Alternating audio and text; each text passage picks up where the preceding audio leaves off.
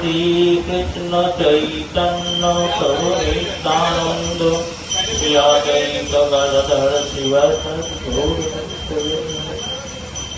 সবাই বলুন হাত তুলে, হরে কৃষ্ণ কৃষ্ণ কৃষ্ণ হরে হরে হরে হরে রাম রাম রাম হরে হরে। সর্বাগ্রে অসমীয় গুরুপাদ পদ্ম বর্তমান গোপীনাথ গৌরীয় মঠের আচার্য এবং সভাপতি, বিশ্বব্যাপী ভাগবত কথা প্রচারকারী নম বিষ্ণু পাদ প্রমাণ প্রাপ্ত শ্রী কুমার ভক্তি যোগদবধান মহারাজে রাঘব প্রাণ কমলে অনন্ত পতি ধন্যবাদ অনতি নীলাম প্রভুর কৃপা প্রার্থনা করি। অতঃপর গুরু পরম্পরার চরণ কমল বন্দনা করি।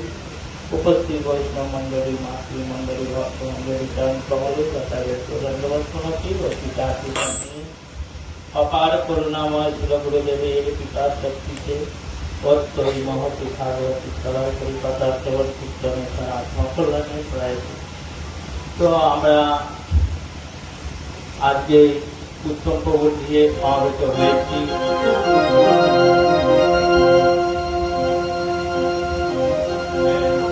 সবাই জানি কি জন্য আমরা এখানে উপস্থিত হয়েছি, তাই তো নাকি? সবাই জানি। এখন দেখুন, একটু চিন্তা করলে, যদি আমরা ঠিক চিন্তা করি যে ঠিক অ্যাট এ টাইম যদি আমরা কোনো বড় হাসপাতালে যাই, অনেকে কাতর, ক্রন্দন, তার অসুস্থ কোনো কেউ আত্মীয় আছে, রাস্তাঘাট শ্বাস কালার আড্ডায় চায়, সেখানে কতজন আছে, কিন্তু তাদের থেকে আমরা কতখানি সৌভাগ্যবান যে আমরা পূর্ণ শক্তিমান ভগবান শ্রীকৃষ্ণের যে লাদিনী শক্তি, তার যে আবির্ভাব স্থিতি এই জগতে, এই জড়জগতে রাধারানীর আবির্ভাব এই আজকের দিনে দুপুর 12টায় সংগঠিত হয়েছে। আর সেই উৎসবকে উপলক্ষ করেই আমরা এখানে সমবেত হয়েছি। মানে খুবই যারা সৌভাগ্যবান, শুধু সৌভাগ্যবান নয়, মহা সৌভাগ্যবান এবং পূর্ব স্বীকৃতি আছে, তারাই এইরকম আসরে উপস্থিত হয়ে এই বৈষ্ণব সাধু সঙ্গে, যদিও আমরা সাধুও নয়, বৈষ্ণব নয়, আমরা হলাম গুরুদেবের দাস, গুরুদেব মহান বৈষ্ণব, মহান সাধু। আর আজকে যে আমি হরিকথা বলছি, আমার কোনো কৃতিত্ব নেই, আমার কোনো শক্তিই নেই হরিকথা বলা, গুরুদেবের কৃপা শক্তি নিয়েই বলছি। তাই গুরুদেব যেমন বলাবেন সেরকম আমি বলবো, আমার কোনো কথা নেই। তা যাই হোক, আমরা রাধারানী কৃপা চাই। কেন? আমি গুরুদেবের সঙ্গে তো শুনেছি, শাস্ত্রেও আছে যে কৃষ্ণ নারদমুনিকে বলতেন, সত্যম সত্যম পুনঃসত্যম সত্যমেব পুনঃ পুনঃ বিনা রাধা প্রসাদেন মৎপ্রসাদা ন বিদ্যতে। অর্থাৎ রাধারানীর কৃপা ছাড়া আমার কৃপা কেউ লাভ করতে পারবে না। এখন আমরা ভগবানকে লাভ করতে চাই। কেন আমরা ভগবানকে লাভ করতে চাই? তাই তো আমাদের বুঝতে হবে যে আমরা ভগবানকে চাইব কেন। আমরা তো এই জগতে আছি, এই জগতে জিনিস চাই, টাকা পয়সা, অর্থ, বিষয়, সব পেলে আমাদের আনন্দ, খুব সুখ। তার মধ্যে আবার ভগবানকে চাইতে যাবে না, তাই না? কিন্তু একটা করে হিসেব করলে ঠিক আমরা বুঝতে পারবো যে যত কোটিপতি হোক না কেন, সবার মধ্যে একটা কিন্তু দুঃখ আছে, অভাব আছে। কেন? এটা শাস্ত্রে বলেছে যে এই সংসারটা সুখের জায়গা নয়, দুঃখালয়ম অশাশ্বতম। এটা দুঃখের জায়গা, এটা অনিত্য, অশাশ্বতম। শাশ্বতম মানে নিত্য, অশাশ্বতম মানে অনিত্য, থাকবে না। আজকেও আমরা সুখে মনে হচ্ছে আছি, বেশ ভালোই আছি, 5 দিন বাদে দেখা যাবে আমাদের এমন দুঃখ এসে গেছে তার বলার কথা না। অতএব এই সংসারটা সেই পদ্ম পাতায় জল যেমন টলমল করে, আমাদের সুখ দুঃখ গুলো সেরকম টলমল করে। এখন ভগবান হলেন পূর্ণ, এ জগতে কোনো বস্তু পূর্ণ নয়। আমরা যতক্ষণ না পূর্ণ বস্তুকে পাচ্ছি, তাই পূর্ণ আনন্দ, পূর্ণ সুখ, পূর্ণ শান্তি যাই বলুন আমরা পাবো না। এটা শাস্ত্রের কথা, আর শাস্ত্রের কথা মিথ্যা হয় না। কেন? আর শাস্ত্র তো এই পাড়ার একজন যে কোনো লোক লেখেননি, শাস্ত্র লিখেছেন স্বয়ং ভগবান। শাস্ত্র সাক্ষাৎ ভগবান পরিচয়। ব্যাসদেবের নাম শুনেছেন, মহাভারত লিখেছেন, অনেকে দেখবেন পড়েছেন হয়তো ছোটবেলায়, যে মহাভারত লিখেছেন বেদব্যাস, ব্যাসদেব। তো এই ব্যাসদেব ছিলেন ভগবানেরই সপ্তাদেশ অবতার, মানে ভগবানের অনন্ত অবতার আছে। আমরা 10 অবতারের কথা জানি, কিন্তু ভাগবতে বহু অবতারের কথা বলছে। তার মানে এই শিব এও ভগবানের অবতার, গুণাবতার। শিব, ব্রহ্মা, বিষ্ণু সব ভগবানের, কৃষ্ণের অবতার। সেই রকম শক্তির আবেশ ভগবান, যার মধ্যে তার শক্তির আবেশ ঘটিয়ে তার থেকে কোনো মহৎ কার্য সাধন করেন, সেটা হলো ভগবানের সপ্তাবেশ অবতার।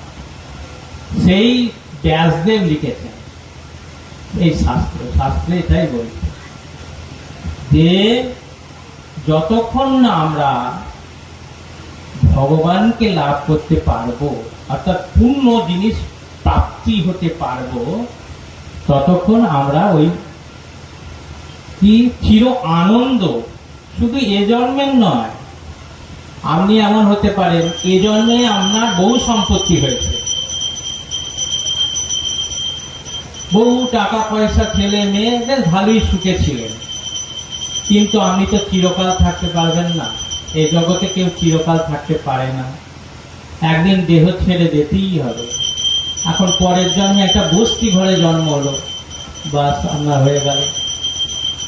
আমাদের এই আয়ুটা 100 বছর গড় আয়ু, 100, কিন্তু এখন আর 100ই কজন যাচ্ছে বলা শক্ত। বেশিরভাগই স্ট্রোক হয়ে যাচ্ছে, 70, 60, 70, 80। তা আমি এই যে এই জগতের জিনিসগুলো নিয়ে আমি সুখে রয়েছি, তাকে অকাল থাকবো, আমাকে চলে যেতেই হবে। তাহলে আমাদের ভাবতে হবে যে আমরা এমন একটা জিনিস চাই যেটা জন্মে জন্মে কাজ হবে। আমি এ জন্মে ধরুন পড়াশোনা ডিগ্রি করেছি, ডাক্তারি করেছি, ইঞ্জিনিয়ারিং করেছি, কি মাস্টার ডিগ্রি করেছি, পরের জন্মে আবার আমায় অ আ ক খ থেকেই শুরু করতে হবে। তো কোন জিনিসটা আমরা এই জগতের কোন জিনিসটা ওই পরের জন্মে নিয়ে যেতে পারবো না, মানে এই বৈষয়িক বিষয়গুলো নিয়ে যেতে পারবো না। নিয়ে তো অবশ্যই যাই, নিয়ে আমরা কর্মফল নিয়ে যাই, আমাদের স্বীকৃতি নিয়ে যাই, হ্যাঁ, আমাদের স্বভাব নিয়ে যাই, 3 গুণের প্রভাব নিয়ে যাই, এগুলো আমরা নিয়ে যাই। কিন্তু এই জগতে বৈষয়িক যে বিষয়গুলো, সেগুলো আমরা নিয়ে যেতে পারবো না। দেখ, এমন জিনিস আমাদের নিয়ে নিতে, এটা কিন্তু বুদ্ধিমানের, এটা মাথায় আমাদের ঢুকাতে হবে যে ওই যে দেখবেন অষ্টতর শতনামে কি বলছে, যেজন কৃষ্ণ ভজে সে বড় চতুর, বলছে না? বলছে না? কেন বলছে? যারা কৃষ্ণ ভজন করে তার চতুর ব্যক্তি। কেন? তারা বুঝেছে এই জগতের বস্তুগুলো আমার যা আসবে তা স্বাভাবিকভাবেই আসবে, ওর জন্য প্রবল প্রয়াস করার কোনো প্রয়োজন নেই, ওটা আমার পূর্বজন্মের কর্মফল থেকে আপনি আসবে। আপনি চেষ্টা করলেও পারবেন না তার থেকে বেশি উপায় করার, বেশি কিছু করার। শাস্ত্রে বলেছে এই মনুষ্য জন্ম ওই জন্যই দেওয়া হয়েছে। আমরা তো জানি না, আমরা অনেকেই জানি না যে আমরা এই দেহটা কেন পেয়েছি। আমরা তো আগের জন্মে, তার আগের জন্মে, বহু কোটি জন্ম আগেও আমরা হয়তো গরু, ছাগল, পিণ্ডে, কীট পতঙ্গ, গাছ গাছালি এসব হয়েছিলাম। এইসব হতে হতে, এটা ভাগবতে আছে, যে সব হতে হতে আজকে আমরা মানুষ জন্ম পাই। এই মানুষ জন্মটা পেয়েছি কিন্তু ওই পশুদের মতো আচরণ করা নয়। এই মানুষ, শাস্ত্রে বলছে এই মানুষ জন্মটা পেয়েছি শুধু হরি ভজন করে ভগবানকে, মানে পুণ্য। একটা গরু, এই যে আমার সামনে যারা বসে আছে সব মানুষ, গরু ছাগল তো কেউ নয়।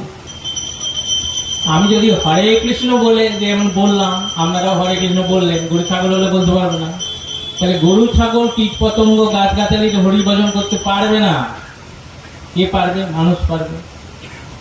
সেই জন্য মানুষকে সর্বোচ্চ বুদ্ধি দিয়েছে যে হরি ভজন করে আমাকে লাভ করো। আমি হলাম পূর্ণ শক্তিমান সচ্চিদ আনন্দময়, ভগবান হলেন সচ্চিদ আনন্দময়। তা ভগবানকে যদি লাভ করতে পারি তবেই আমাদের জন্মে জন্মের যে অভাবগুলো, এই সংসারে যে দুঃখ কষ্ট তিতাব জ্বালাগুলো আমাদের দূর হবে। আর সেই তিতাব জ্বালা দূর করতে গেলে আমাদের রাধারানীর কৃপা চাই। কেন? রাধা হলো ভগবানেরই একটা অঙ্গের অংশ, মানে রাধা কৃষ্ণ আলাদা নয়, ভগবান এক এবং অদ্বিতীয়, এটা মাথায় রাখতে হবে। কেন? চতুশ্লোকী ভাগবত আছে, সেখানে ভগবান বলছেন ব্রহ্মাকে, অহম ইব আসম ইব অগ্রেণ উন্নজ্জৎসৎ অসত পরম পশ্চাৎ অহম যৎ এতচ্চ য অবশিষ্যতে স অস্মি অহম। এর মূল মানেটা হলো, এই জগৎ যখন ছিল না, এই প্রকৃতি ছিল না, কিচ্ছু ছিল না, এই ব্রহ্মাণ্ডগুলোও ছিল না, তখন আমি ছিলাম। মানে কৃষ্ণ এক ছিল, কৃষ্ণ এক, ভগবান এক, ভগবান বহু নয়। আমরা অনেককে ভগবান বলি, মূর্খের দল তো আমরা, আমাদের অল্প শিক্ষা, অনেককে ভগবান বলে দিচ্ছি, কিন্তু এগুলো অপরাধ। ভগবান এক এবং অদ্বিতীয়। যখন কিচ্ছু ছিল না, ভগবান বলছেন আমি ছিলাম, এখন সব আছে, আমি আছি। আবার যখন কিচ্ছু থাকবে না, আমি থাকবো, আমি একমাত্র অবশিষ্ট থাকবো। তাহলে ভগবান এক, কিন্তু তিনি বহু হয়েছেন। ভগবান এরকম ভাবছেন, একবার দিব্য গোলকধামে ভগবান রত্ন সিংহাসনে বসে চিন্তা করছেন। রত্ন সিংহাসনে দিব্য বৃন্দারণ্য কল্পতরু অধ, তাই তো আমরা প্রণাম মন্ত্রে পড়েছি।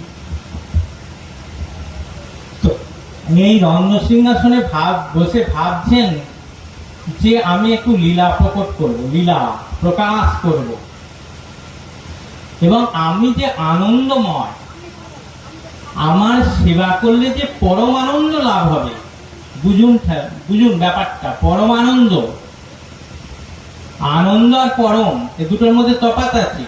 পরম আনন্দ আমার সেবা করলে, ভগবান ভাবছেন যে আমার সেবা, এই সরে আসুন না আপনারা সব, পিছনে এসে চাপ হয়ে যাচ্ছে। আর নাহলে পিছন থেকে এখানে সামনে এসে বসবো, এখানে গাদা জায়গা, ওখানে ঘ্যাঁচাছি করে বসতে হচ্ছে। গাদা সামনে জায়গা ফেলে রাখলে হবে।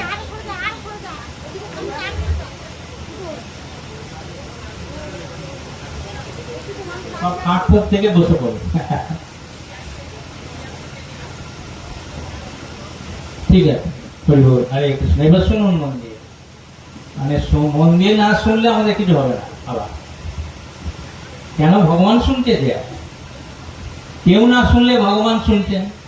এবার আমরা যদি কথা বলি, ডিস্টার্ব করি, তাহলে ভগবানের শোনার ব্যাঘাত হবে, তাহলে ভগবানকে আমরা কি লাভ করতে পারবো? পারবো না। তো এখন ব্যাপারটা হচ্ছে, ভগবান ভাবছেন যেহেতু আমি সচ্চিদানন্দময়, আমাকে লাভ করলেই আনন্দ লাভ হবে, তাই আমি সেইটা প্রকাশ করতে চাই। আমি যদি এখানে একা বসে থাকি, কেউ জানতে পারবে না। সঙ্গে সঙ্গে ভাবনার সাথে সাথে দেখুন, ভগবানের ভাবনা আমরা তো কত ভাবি নাকি? আপন ইচ্ছা জীব বহু বাঞ্ছা করে, কৃষ্ণের ইচ্ছা হলে তবে ফল ধরে। আমরা তো আপন ইচ্ছা অনেক বাঞ্ছা করছি, অনেক কিছু ভাবছি, এটা হলে ভালো হতো, ওটা হলে ভালো হতো, হচ্ছে। কৃষ্ণের ইচ্ছা না হলে হবে না। তা কৃষ্ণর যে ভাবনা, দেখুন ভাববেন ব্যাপারগুলো, কৃষ্ণ যেই ভেবেছে, সঙ্গে সঙ্গে ভগবানের এই বাম অঙ্গ থেকে রাধারানী পরমা সুন্দরী, সে মানে আমাদের এই প্রাকৃত এই জিহ্বা দিয়ে ওসব বর্ণনা করা যাবে না। অ্যাকচুয়ালি রাধারানীর ওই সমস্ত গুণগান আমাদের গাওয়া ক্ষমতার বাইরে। মানে কৃষ্ণের থেকে অনেক ঊর্ধ্বে রাধা তত্ত্ব, কৃষ্ণ তত্ত্ব থেকে রাধা তত্ত্ব অনেক ঊর্ধ্বকোটির বিষয়। তবুও যেটুকুন আর কি বললে অসুবিধে নেই সেটুকুন বলছি। এই বামঙ্গ থেকে রাধারানীর আবির্ভাব হল। অপূর্ব দুটি কান্তি নিয়ে তা ভগবানের ভাব রাধারানী বুঝতে পেরেছেন। সঙ্গে সঙ্গে তিনি পুষ্প চয়ন করে, মানে এই ফুলের গাছ থেকে ফুল তুলে কৃষ্ণের চরণে দিয়ে। আমরা কি করি কৃষ্ণের চরণে সকালবেলা উঠে কি করি? সবাই নিজে নিজের চিন্তা করে ভাববেন যে আমি সকালবেলা উঠে কি করি, তাই না? সকালবেলা উঠে কি করি মানে কি আছে, যারা আমাদের মতো হয়তো এগুলো তিলকটা লাগাইনি, চা করতে ব্যস্ত হয়ে পড়ি। চা করতে হবে, কেউ কোথায় কাজে যাবে, কি হবে, এসব ব্যাপার। কিন্তু দেখুন, আনন্দ পেতে গেলে আগে ভগবানের সেবা করতে হবে। কারণ সারাদিনটা ভালো যাবে কি করে? ভগবানের সেবা না করে সেবা মানে দিনটা ভালো যায়? তাহলে দেখুন, ভগবানের বামঙ্গ থেকে সৃষ্টি হচ্ছে কি? রাধারানী। তাহলে একই তো অঙ্গ, তাহলে রাধা কৃষ্ণ তো আলাদা নয়। আলাদা করে ভাবলি ভুল হয়। রা মানে হচ্ছে আনন্দ, ধা মানে ধাবিত হওয়া। যিনি আনন্দের পিছনে ধাবিত হন তিনি রাধা।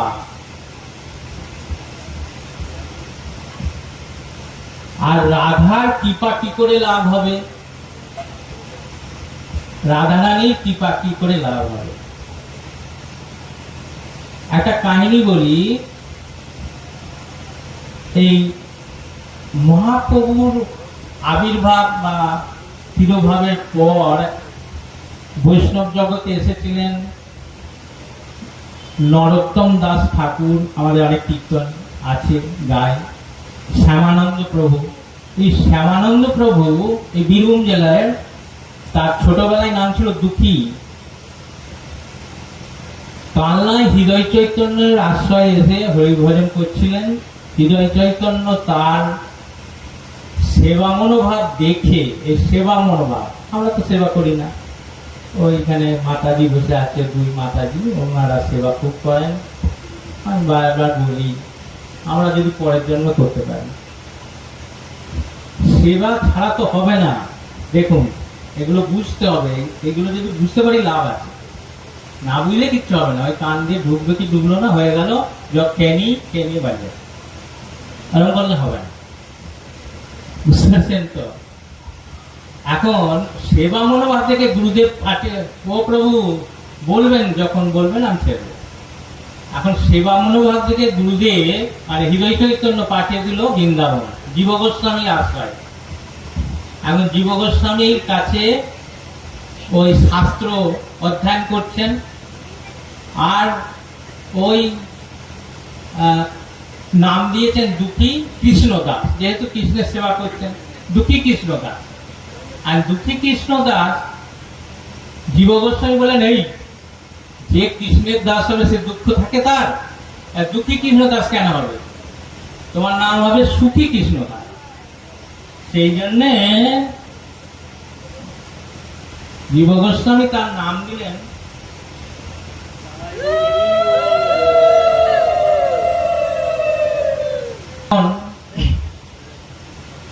এই জীব গোস্বামী যখন বুঝতে পারলেন যে সেবা মনোভাবটা বেশ দৃঢ়, কারণ গুরুদেব বুঝতে পারেন, গুরুদেব কার হৃদয়ে সেবা ভাব আছেন এটা গুরুদেব অন্তর্যামী বুঝতে পারে। সেই রকম তার শিষ্যকে কাজে লাগান। তিনি কুঞ্জ ঝাঁট দিতে পাঠিয়েছিলেন যে যাও রোজ ভোরবেলা যে কুঞ্জে রাধা কৃষ্ণ লীলা প্রকট করেন সেখানে ঝাঁট দেবে পরিষ্কার করে। সেই সোনার ঝাঁটাটা বুকে নিয়ে কাঁদছে আর কৃষ্ণ গুণগান গাইতে গাইতে ঝাঁট দিচ্ছে। কত আদরের সঙ্গে করছে বলুন তো। আমাদের যদি গুরুদেব করে, আমাদের গুরুদেব একবার একটা কাহিনী বলেছিলেন, ওইদিকে যেমন অনেক টাইম লেগে যাবে, শিষ্যকে বলছে তুমি একবার এই ইয়েগুলো ঝাঁট দিয়ে দাও তো, চৈতন্য মাঠে ওটা হয়েছিল। আমার গুরুদেবের শ্রীমুখ থেকে শুনেছি। শিষ্য বলছে আমি বিকম পাস, আমি কেন ঝাঁট দিতে যাবো? শিষ্য মানে কি কি বলুন মাতাজি, শিষ্য মানে কি? শিষ্য হচ্ছে গুরুদেবের শাসনাধীন, যিনি গুরুদেবের শাসনে পূর্ণরূপে অধীন, তাকে শিষ্য বলুন। আর বলছে গুরু মেলে লাখে লাখে শিষ্য মেলা ভাব। আরে শিষ্য অত ছেড়ে খেলা, শিষ্য অত ছেড়ে খেলা, খুব সেবা করে। তো যাই হোক, সেবা ছাড়া তো হবে না। এখন এই ওই সুফি কৃষ্ণ দাস, মানে শ্যামানন্দ প্রভু পরে নাম হয়েছিল, সে ঝাঁট দিচ্ছে মনের আনন্দে, আর সবসময় কৃষ্ণ গুণগান গাইছে। আমরাও করি, ধরুন রান্না করছি, দাদা এখন হয়নি, অমুক টুসুক, কৃষ্ণ গুণগান করতে করতে রান্না হয়? কঠিন ব্যাপার, যতই বলুন, এটা খুব কঠিন জায়গা। এই জগতের ধাক্কা এমন আছে না, এই সংসারে সবাই জানেন সংসারের ধাক্কা কিরম ধাক্কা, কত চিন্তা। আপনি একটু চোখ বুঝে কৃষ্ণ চিন্তা করবেন, হাজারটা অন্য ধাক্কা এসে ওই চিন্তা ছিটকে ফেলে দিয়ে ওটা ঢুকে গেছে। আবার মনে পড়বে, এই আমি তো জপ করছি, যাক বাবা, কৃষ্ণ চিন্তা করতে করতে কি চিন্তা করছি। তার মানে কি, এই যে পূর্ব জন্মের স্বভাবগুলো যাবে কোথায়? বলে না স্বভাব যায় না বলে, একটা কথা আছে তো নাকি, শুনেছি তো, যে স্বভাব যায় না বলে। তা আমরা যতই হরিভজনে আসি না কেন, আমাদের সেই পূর্ব স্বভাবগুলো, সেই পশু মনোভাবগুলো, পশু বৃত্তি ভাবগুলো, হিংসা, কেন অনেক কিছু, সেই ভাবগুলো আমরা কি তাড়াতে পেরেছি? আস্তে আস্তে হবে, হবে কোনো এক জন্মে হবে, কিন্তু মানে এগুতে হবে তো, পিছিয়ে গেলে তো হবে না। আমরা যতক্ষণ না গুরুপাদ পদ্ম আশ্রয় নিয়ে হরিভজন করছি, শুরু হলো না, ধরতে হবে। তবে হ্যাঁ, এই যে হরিকথা যারা শুনছে, তারা এক জন্মে গিয়ে গুরু আশ্রয় হবে। কেন? দেখুন, ভাবতে হবে, আমরা যতবার জন্ম নিয়েছি এই জগতে, কারণ জন্ম নিতেই হবে, জন্মালে মরিতে হবে, আবার মরলে জন্ম নিতে হবে। এটা গীতার কথা, তো ভগবান বলেছে জাতস্য হি ধ্রুব মৃত্যু ধ্রুবং জন্ম মৃতস্য চ। যার জন্ম হয়েছে তাকে অবশ্যই মরতে হবে, আর যার মরেছে তাকে অবশ্যই কর্মফল ভোগ করার জন্য জন্ম নিতে হবে। তাহলে যতবার আমরা এই জগতে জন্ম নিয়েছি, সে ছাগল রূপে, গরু রূপে, কীট পতঙ্গ যায় রূপে, বাবা মা পেয়েছি না পাইনি বলুন? এমনি এমনি জন্ম হয়েছে? বাবা মাকে আশ্রয় করিতে জন্ম হয়েছে। তাহলে প্রতি জন্মে বাবা মা পায়, কিন্তু সদ্গুরু কি প্রতি জন্মে পায়? যারা পেয়েছে ভাগ্যবান, যারা সদ্গুরুর আশ্রয়ে হরিভজন করছে, সে যাই করুক, যতটুকুন পারে করুক, কিন্তু ভাগ্যবান, এটা জানবে। প্রতি জন্মে সদ্গুরু মেলে না, বাবা মা মেলে জন্মে জন্মে, কিন্তু সদ্গুরু মেলা কঠিন আছে। তার জন্য সাধন চাই, তার জন্য এই স্বীকৃতি চাই। এই যে আসরে এসে হরিকথা শুনছেন, শুনবেন আরো অনেক প্রভুদের মুখে, এটা দরকার আছে। কেন? এটাই স্বীকৃতি। তা একদিন ঝাঁট দিতে দিতে শ্যামানন্দ প্রভু দেখলেন একটা নুপুর পড়ে আছে, নুপুর, পায়ের নুপুর। সঙ্গে সঙ্গে সেই নুপুরটা হাত দিতেই তার দেহের একটা চমক ভাব এলো, আনন্দ অশ্রু অঝরে বলতে না। এই আনন্দ অশ্রু নয়, একটা আলাদা জিনিস। আমরা অনেকে আবেগেও কাঁদি, কেঁদে ফেলি, কিন্তু ওটা আনন্দ অশ্রু নয়। আনন্দ অশ্রু এই নদীর মতো প্রবাহিত হবে, এত অশ্রু ঝরবে। তিনি বুঝতে পারলেন এই নুপুরটা কোনো দিব্য নুপুর। এদিকে রাধা রানী নুপুর হারিয়েছে, মানে নুপুর হারায়নি, এই শ্যামানন্দ প্রভুকে কৃপা করবেন, সেই জন্য নুপুরটা ফেলে চলে গেছে। আর ললিতাকে বলছে, যা ললিতা, আমার নুপুর হারিয়েছে, আমি তো এখন যেতে পারবো না দিনের বেলা, তুই গিয়ে নুপুরটা দেখ, খুঁজে দেখ কুঞ্জবনে। ললিতা ভাবছে তোমার এর আচ্ছা লীলা শুরু হয়েছে, দেখি কাজে। একটা গোপ বালিকার বেশ ধরে এসে শ্যামানন্দকে বলছে, তুমি একটা নুপুর খুঁজে পেয়েছো? বলছে, হ্যাঁ আমি একটা নুপুর পেয়েছি। তো বলছে যে এই নুপুরটা তো আমার নয়, আমার সখী। বলছে, তাহলে সে এলো না কেন? বলো, সে রাজার বাড়ির মেয়ে, সে কি করে দিনের বেলায় আসবে? বলছে, তাহলে তো আমি দেবো না এত সুন্দর নুপুর, এত মূল্যবান জিনিস, যার নুপুর তাকে দেবো, এবং তার পায়ের মাপ দেখে দেবো। বুঝতে পেরেছেন রাধারানীর নুপুর, বুঝতে পেরে গেছেন। রাধারানী আবার গিয়ে ফিরে বললেন যে, যাই হোক আমি সংক্ষেপে এটা বলছি, রাধারানীকে গিয়ে বললেন। এবার রাধারানী এসে ওই নুপুর নিয়ে তিলক করে দিলেন। নুপুর তিলক মানে কপালে ঠেকে দিয়ে, সে তিলক আর কোনোদিন মুছবে না। আর যে শ্যামসুন্দর প্রকট করেছেন সেবার জন্য দিলেন, যে রাধারানীর হৃদয় থেকে শ্যামসুন্দরের প্রকট করে সেবার জন্য দিলেন। তো এই যে রাধারানী কৃপা কেন হলো, এইবার আমি যে গল্পটা বললাম, মানে গল্প নয়, এটা সত্য ঘটনা। আমি গল্প কথাটা মুখে বেরিয়ে গেল, কিন্তু গল্প নয়, সত্য ঘটনা।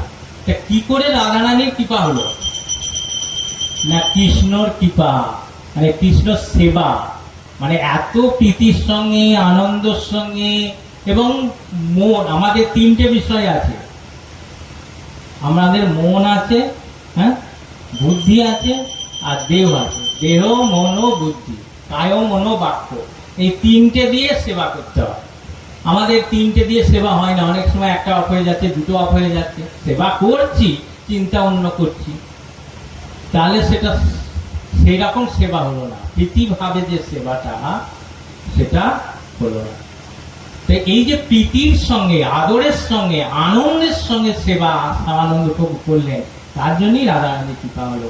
দেখো দেখো আমার কৃষ্ণের কি সুন্দর সেবা করছে ওই বালকটি, ওকে আমায় কৃপা করতে হবে। তাহলে কৃষ্ণ সেবা করলে রাধারানী কৃপা হবে। এটা কীর্তনে আছে, রাধিকা চরণ রেণু ভূষণ করিয়া তনু অনায়াসে পাবে গিরিলাল। ওই কীর্তনেই আছে যে কৃষ্ণ নামে গুণগানে রাধানা চরণ মেলে, এরকম আছে, মাতাজি জানে, আমার মুখস্থ নেই।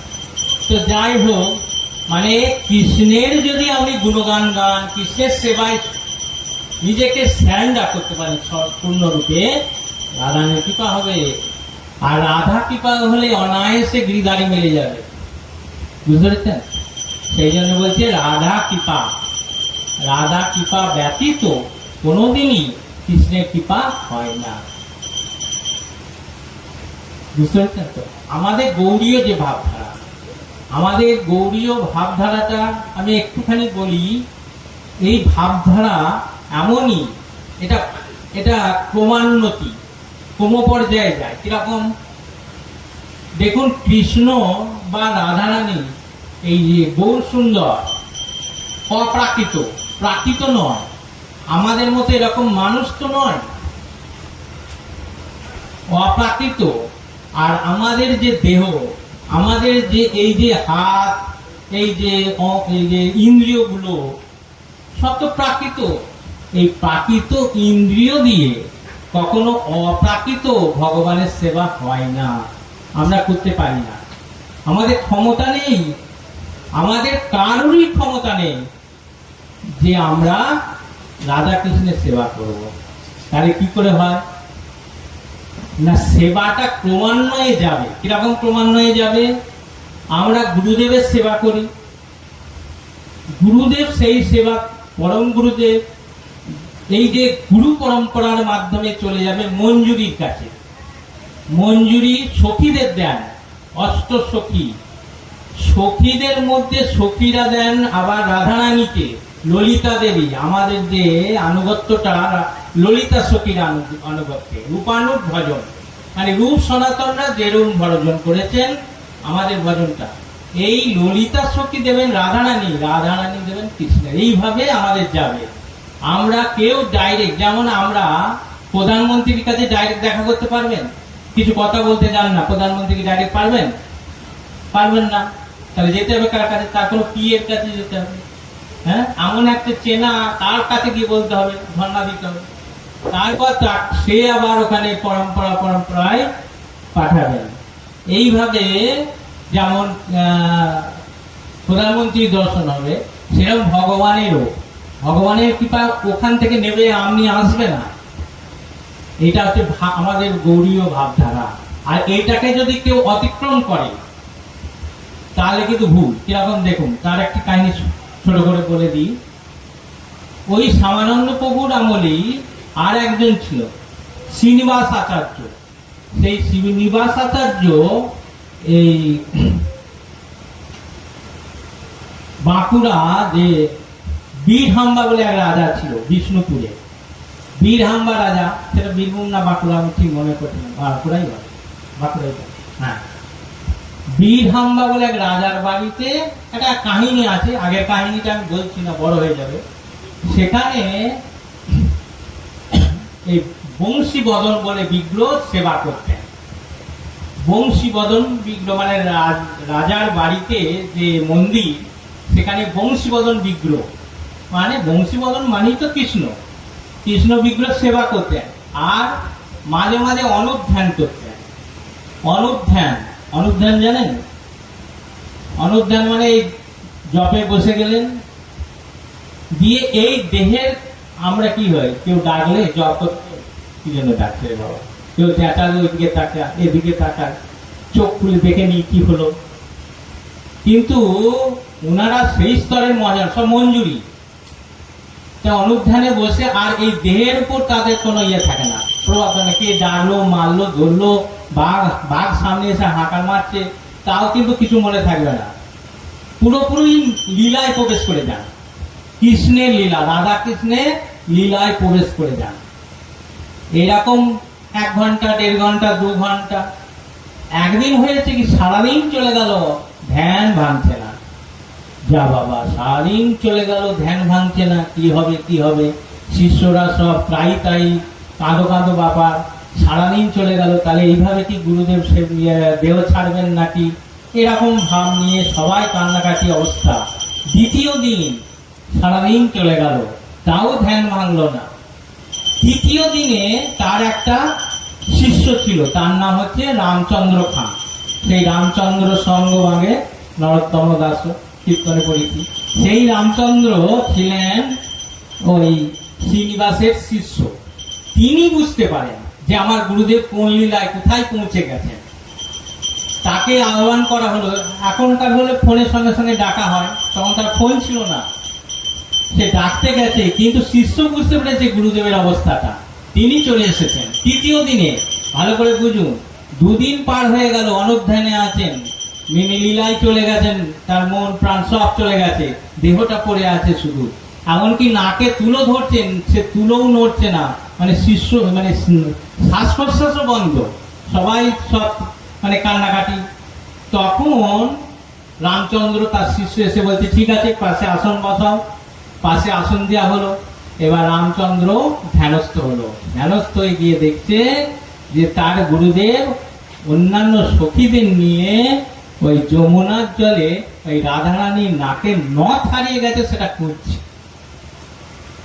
3 দিন ধরে খুঁজছে, মানে 2 দিন শেষ হয়ে গেছে, তৃতীয় দিন খুঁজা চলছে। এখন উঠে যখন উনিও সেই যমুনার জলে নেমে পড়লেন, যখন গুরুদেবের কৃপা আশীর্বাদ নিলেন, গুরুদেব বললেন, এসেছো, ভালো হয়েছে। রামচন্দ্রকে বললেন, এসেছো, ভালো হয়েছে, তুমিও খোঁজো। গুরুদেব আদেশ দিলেন। গুরু কৃপা নিয়ে, গুরুর আশীর্বাদ নিয়ে যেই খুঁজতে লাগলেন, কিছুক্ষণের মধ্যে নথটা ওই রামচন্দ্র পেয়ে গেল। 3 দিন ধরে যেটা খোঁজা চলছিল সেটা পাওয়া গেল। কেন এত তাড়াতাড়ি, কেন শিষ্য পেয়ে গেল? যেহেতু গুরু কৃপা হয়ে গেছে। ভালো করে শুনুন, এদিকে তাকান, দেখুন গুরু কৃপা হলে কি হয়। 3 দিন ধরে খুঁজে পাওয়া যাচ্ছে না, শিষ্য গিয়ে খোঁজার সাথে সাথেই পেয়ে গেল, যেহেতু গুরুদেব আশীর্বাদ করে দিয়েছে। গুরু কৃপা হলে কি হয়? গুরু কৃপা হলে সব মেলে, আর গুরু কৃপা না হলে যশ প্রসাদাৎ ভাগবত প্রসাদ যশ প্রসাদান্ন গতিকুত কি ধ্যান স্তবং তস্য যশস্বী সন্দন বন্দে গুরু শ্রীচরণ। যার কৃপা হলে কৃষ্ণের কৃপা হবে, আর যার কৃপা ব্যতীত এই জগতে তার আর কোনো গতি থাকে না। সেই গুরুদেবের আমি চরণ বন্দনা করি। তো দেখুন, এই নদটা পেল শিষ্য, কে পেল বলুন তো? সব অন্যমনস্ক হয়ে যাচ্ছে। নদটা পেল শিষ্য মানে রামচন্দ্র, তা ছুটে গিয়ে তো রাধারানীর হাতে দিতে পারত, কিন্তু দিল না। কাকে দিল? গুরুদেবকে দিল। গুরুদেবের হাতে তুলে দিলেন। গুরুদেব দিলেন অন্য মঞ্জুরিকে, ওই মঞ্জুরি গিয়ে দিলেন ললিতা সখীকে, ললিতা সখী দিলেন রাধারানীকে। এইভাবে যাচ্ছে আমাদের সেবাটা, ওইভাবেই যায়। যদি এটাকে কেউ ক্রস করে তাহলে বিরাট ভুল হয়, বুঝতে পেরেছেন? সেই জন্য বলছে গুরু বৈষ্ণব ভগবান তিনি স্মরণ, তিনি স্মরণে হয় সর্ববিঘ্ন নাশ। গুরু বৈষ্ণব ভগবান তিনি স্মরণ। এখন আরেকটুখানি, রাধারানী কৃপা করে ওই মুখের যে সুপুরি পান ত্রিভুজ ছিলেন রাধারানী, সেই একটু উচ্ছিষ্ট বার করে ওই শ্রীনিবাস আচার্যকে দিলেন, আর শ্রীনিবাস আচার্য কাপড়ে ফুটে বাঁধলেন। বুঝতে পেরেছেন? অপ্রাকৃত জগতে ঘটছে ব্যাপারটা।